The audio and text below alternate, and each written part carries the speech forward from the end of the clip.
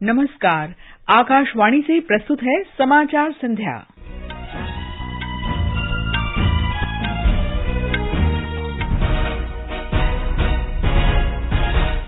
प्रधानमंत्री नरेंद्र मोदी ने केरल के थेवारा में युवा सम्मेलन युवम 2023 को संबोधित किया। उन्होंने कहा, अपनी युवा शक्ति के कारण भारत सबसे तेजी से बढ़ती अर्थव्यवस्था है। प्रधानमंत्री कल तिरुवनंतपुरम सेंट्रल स्टेशन पर केरल की पहली वंदे भारत एक्सप्रेस को झंडी दिखाकर रवाना करेंगे। राष्ट्रपति द्रौपदी मुर्मू ने कहा, देश की खाद्य और पोषण सुरक्षा सुनिश्चित करने में डेयरी उद्योग की महत्वपूर्ण भूमिका है। सूडान में फंसे भारतीय नागरिकों को वापस लाने के लिए ऑपरेशन कावेरी शुरू किया गया। कर्नाटक में विधानसभा चुनाव के लिए प्रचार अभियान तेज। आईएम के सर्वेक्षण के अनुसार आकाशवाणी से प्रसारित मन की बात कार्यक्रम की 100 करोड़ श्रोताओं तक पहुंच। और आईपीएल क्रिकेट में हैदराबाद में सनराइजर्स हैदराबाद और दिल्ली कैपिटल्स के बीच मैच जारी। समाचार संध्या के साथ मैं कनकलता। प्रधानमंत्री नरेंद्र मोदी ने कहा है कि युवा शक्ति देश के विकास में प्रमुख प्रेरक शक्ति है। आज कोच्चि में युवा सम्मेलन युवम 2023 में श्री मोदी ने कहा कि भारत की युवा शक्ति में पूरी दुनिया में बदलाव लाने की क्षमता है। उन्होंने कहा कि कभी कमजोर अर्थव्यवस्था माना जाने वाला भारत आज युवा शक्ति के कारण दुनिया की सबसे तेजी से बढ़ती अर्थव्यवस्था है। एक समय था जब भारत की गिनती फ्रेजाइल 5 में होती थी, लेकिन अब हमें फास्टेस्ट ग्रोइंग इकोनॉमी कहा जा रहा है। ये आप सभी युवाओं ने ही करके दिखाया है और इसलिए मेरा सबसे ज्यादा भरोसा मेरे देश के युवाओं पर है, आप सभी नौजवानों पर है। प्रधानमंत्री ने कहा कि सरकार ने सूडान में फंसे भारतीयों को वापस लाने के लिए ऑपरेशन कावेरी शुरू किया है। उन्होंने बताया कि विदेश राज्य मंत्री को जल्द ही सूडान भेजा जाएगा।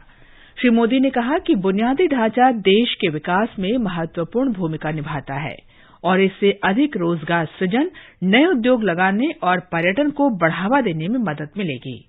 उन्होंने कहा कि केंद्र सरकार ने मत्स्य क्षेत्र को बहुत प्राथमिकता दी है और अकेले केरल को 800 करोड़ रुपए प्रदान किए हैं।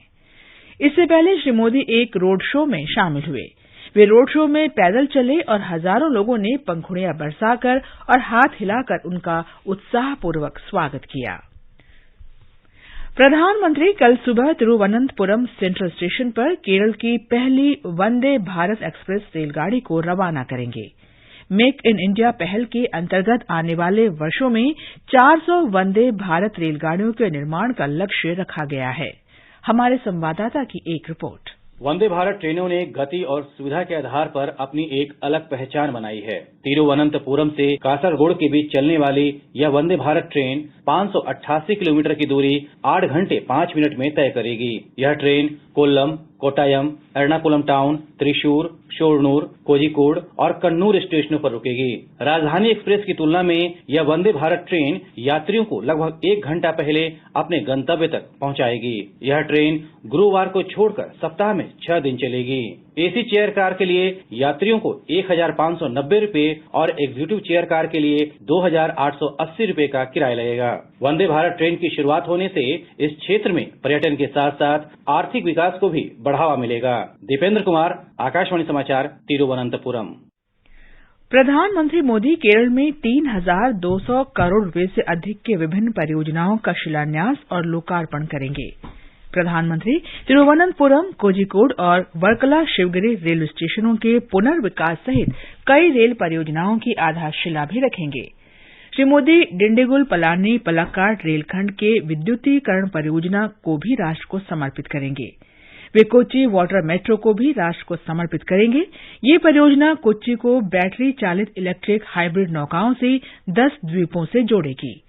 श्री मोदी तिरुवनंतपुरम में डिजिटल साइंस पार्क की भी आधारशिला रखेंगे। राष्ट्रपति द्रौपदी मुर्मू ने कहा है कि डेयरी उद्योग का देश की खाद्य और पोषण सुरक्षा सुनिश्चित करने में महत्वपूर्ण भूमिका है। वे आज हरियाणा के करनाल में भारतीय कृषि अनुसंधान परिषद राष्ट्रीय डेयरी अनुसंधान संस्थान के 19वें दीक्षांत समारोह को संबोधित कर रही थीं। राष्ट्रपति ने संस्थान के 554 विद्यार्थियों को डिग्रियां प्रदान की। इस अवसर पर उन्होंने डेयरी क्षेत्र को देश के समावेशी विकास के लिए महत्वपूर्ण बताया। भारत दुनिया का सबसे बड़ा दूध उत्पादन देश है।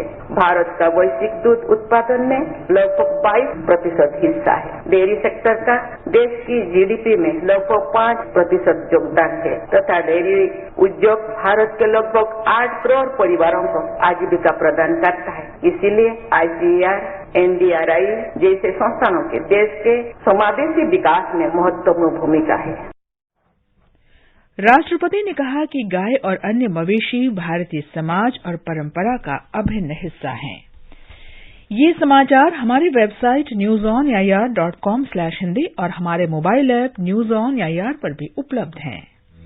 सबके लिए सामाजिक सुरक्षा, अटल पेंशन योजना, मोदी जी का संकल्प। योजना उन नौजवानों के लिए है ताकि आप जब 60 साल के होंगे आपको कभी किसी के सहारे की जरूरत न पड़े, आप अपना बुढ़ापा भी गौरव के साथ बिता सको। अब तक इस योजना से 5 करोड़ 20 लाख से अधिक लाभार्थी जुड़ चुके हैं। अगर आप भी 18 से 40 साल की उम्र के हैं तो मासिक अटल पेंशन सहित योजना के 3 गारंटीड फायदों की जानकारी के लिए अपनी बैंक शाखा से संपर्क करें। समाचार संध्या में आपका फिर स्वागत है। कर्नाटक में विधानसभा चुनाव का प्रचार अभियान तेज हो गया है।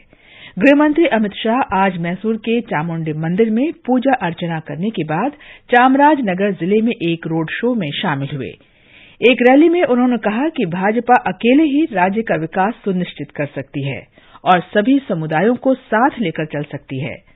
रानीबेन्नूर में मुख्यमंत्री बसवराज बोम्मई ने कहा कि उनकी सरकार ने छोटे शहरों में पीने के पानी, सड़कों और घरों जैसे बुनियादी सुविधाएं उपलब्ध कराने के लिए काम किया है।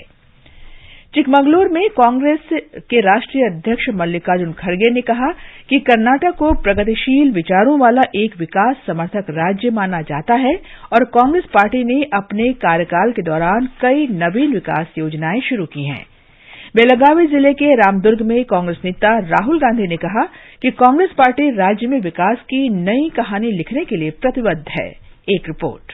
कर्नाटक में भाजपा के वरिष्ठ नेता अमित शाह ने आज आलूरू और गुंडलपेटे में रोड शो किया। वहीं पार्टी के राष्ट्रीय अध्यक्ष जेपी नड्डा ने चिकबल्लापुरा में पार्टी के लिए प्रचार किया। मुख्यमंत्री बसवराज बोम्मई ने आज दावणगेरे, हावेरी तथा धारवाड़ में पार्टी के प्रचार कार्यक्रमों में भाग लिया। दूसरी ओर कांग्रेस के राष्ट्रीय अध्यक्ष मल्लिकार्जुन खड़गे ने आज चिकमंगलुरु में पार्टी प्रत्याशियों के लिए प्रचार अभियान का नेतृत्व किया। पार्टी के वरिष्ठ नेता राहुल गांधी ने बेड़गावी में गन्ना किसानों के साथ संवाद किया। सुधींद्र के साथ जितेंद्र द्विवेदी, आकाशवाणी समाचार, बेंगलुरु।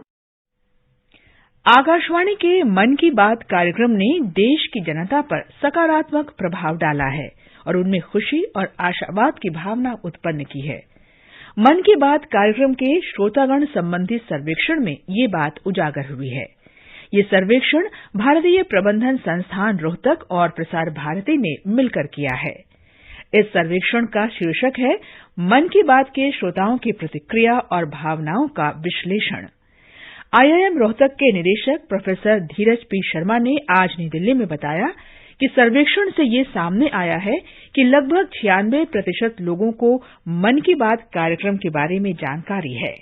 श्री शर्मा ने बताया कि मन की बात सुनने के बाद 60% लोगों ने राष्ट्र निर्माण में योगदान करने में रुचि दिखाई और 59% लोगों ने सरकार में विश्वास व्यक्त किया। तकरीबन हमारा एस्टिमेट ये कहता है कि 100 करोड़ लोग आज तक पिछले 100 एपिसोड्स में से कम एक बार उन्होंने मन की बात को सुना है और 223 मिलियन में से 23 करोड़ लोग ऐसे हैं जो कि रेगुलरली मन की बात को सुनते हैं। 41 करोड़ लोग ऐसे एस्टिमेट कर सकते हैं जो कि मन की बात को कभी न कभी तो सुनते हैं।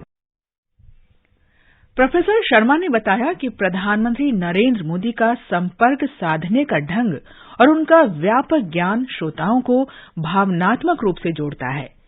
ये मन की बात के श्रोताओं की बढ़ती संख्या का प्रमुख कारण है। प्रसार भारती के मुख्य कार्यकारी अधिकारी गौरव द्विवेदी ने आकाशवाणी से बातचीत में मन की बात सर्वेक्षण की जानकारी दी। इसमें जिन विषयों को लिया गया है उन विषयों के बारे में भी एक लोगों की तरफ से फीडबैक प्राप्त हुआ है, जिसमें कि युवाओं के इश्यूज हैं, हमारी प्रकृति और संरक्षण से संबंधित विषय हैं, हमारी जो सेनाएं हैं उनके संबंध में जो इश्यूज हैं और भारत की जो वैज्ञानिक उपलब्धियां हैं उनके बारे में लोग जानना चाहते हैं। अब सुनिए आकाशवाणी के लोकप्रिय कार्यक्रम प्रधानमंत्री के मन की बात पर आधारित विशेष श्रृंखला। आज की कड़ी का विषय है किताबें सबसे अच्छी दोस्त। लोग, आवाज और सीधा संवाद, यानी आपके हम सब के मन की बात। जी हां, ऐसे ही करोड़ों लोगों से जुड़ जाते हैं हमारे प्रधानमंत्री हर महीने मन की बात प्रोग्राम के साथ। आकाशवाणी पर यह सिलसिला इस महीने यानी अप्रैल में 100वीं कड़ी के साथ जारी रहेगा। इसी विशेष मौके पर मन की बात कार्यक्रम से प्रधानमंत्री के चुनिंदा संबोधनों को फिर से प्रस्तुत किया जा रहा है। इस विशेष कार्यक्रम की 84वीं कड़ी में प्रस्तुत है प्रधानमंत्री का किताबों को लेकर विचार। किसी ने ठीक ही कहा है, जब भी आप कोई अच्छी किताब पढ़ते हैं तो कहीं न कहीं दुनिया में आपके लिए रोशनी का नया दरवाजा खुल जाता है। किताबें हमारी न सिर्फ सच्ची दोस्त होती हैं, बल्कि वे हमारे अच्छे बुरे वक्त में वफादार भी होती हैं। प्रधानमंत्री मोदी ने ऐसा ही कुछ संदेश 26 दिसंबर 2021 को प्रसारित मन की बात कार्यक्रम में दिया। तब उन्होंने जो कहा वो हमेशा प्रासंगिक बना रहेगा। साथियों, किताबें सिर्फ ज्ञान ही नहीं देती, बल्कि व्यक्तित्व भी संवारती हैं, जीवन को भी गढ़ती हैं। किताबें पढ़ने का शौक एक अद्भुत संतोष देता है। आजकल मैं देखता हूं कि लोग ये बहुत गर्व से बताते हैं कि इस साल मैंने इतनी किताबें पढ़ी, अब आगे मुझे ये किताबें और पढ़नी है। ये एक अच्छा ट्रेंड है जिसे और बढ़ाना चाहिए।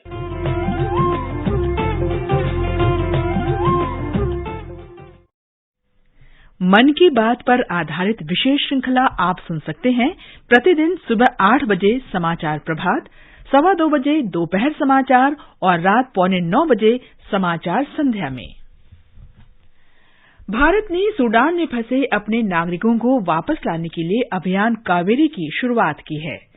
विदेश मंत्री डॉक्टर एस जयशंकर ने ट्वीट संदेश में बताया है कि लगभग 500 भारतीय सूडान बंदरगाह पहुंच गए हैं और अधिकांश रास्ते में हैं।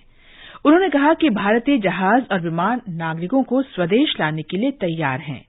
विदेश मंत्री ने कहा कि भारत सरकार सूडान में अपने नागरिकों की सहायता के लिए प्रतिबद्ध है। ये समाचार आकाशवाणी से प्रसारित किए जा रहे हैं। ताजा समाचार जानने के लिए आप हमारे Twitter handle @AIR News Hindi को फॉलो कर सकते हैं। बदलो बदलो आदत बदलो। मशीन में कपड़े डालने से पहले चेक तो कर लेते। बदलो बदलो अब तो आदत बदलो। अब करीबी बैंक में जाकर फटे पुराने नोट्स बदलवाइए। अगर बैंक इनकार करे तो RBI के ओम्बुड्समैन से शिकायत कीजिए। RBI कहता है जानकार बनिए, चौकन्ने रहिए। IPL क्रिकेट में इस समय हैदराबाद के राजीव गांधी इंटरनेशनल स्टेडियम में दिल्ली कैपिटल्स और सनराइजर्स हैदराबाद के बीच मुकाबला चल रहा है। दिल्ली कैपिटल्स ने टॉस जीतकर बल्लेबाजी करते हुए ताजा समाचार मिलने तक 17 ओवर में 5 विकेट पर 128 रन बना लिए हैं। प्रतियोगिता में कल अहमदाबाद में नरेंद्र मोदी स्टेडियम में गुजरात टाइटंस और मुंबई इंडियंस के बीच मुकाबला होगा। दुबई के अल शर्म नस्र क्लब में बैडमिंटन एशिया चैंपियनशिप 2023 प्रतियोगिता कल से शुरू हो रही है। ये प्रतियोगिता 30 अप्रैल तक खेली जाएगी। अंत में मुख्य समाचार एक बार फिर। प्रधानमंत्री नरेंद्र मोदी ने केरल के थेवारा में युवा सम्मेलन युवम 2023 को संबोधित किया। उन्होंने कहा, अपनी युवा शक्ति के कारण भारत सबसे तेजी से बढ़ती अर्थव्यवस्था है। प्रधानमंत्री कल तिरुवनंतपुरम सेंट्रल स्टेशन पर केरल की पहली वंदे भारत एक्सप्रेस को झंडी दिखाकर रवाना करेंगे। राष्ट्रपति द्रौपदी मुर्मू ने कहा, देश की खाद्य और पोषण सुरक्षा सुनिश्चित करने में डेयरी उद्योग की महत्वपूर्ण भूमिका है।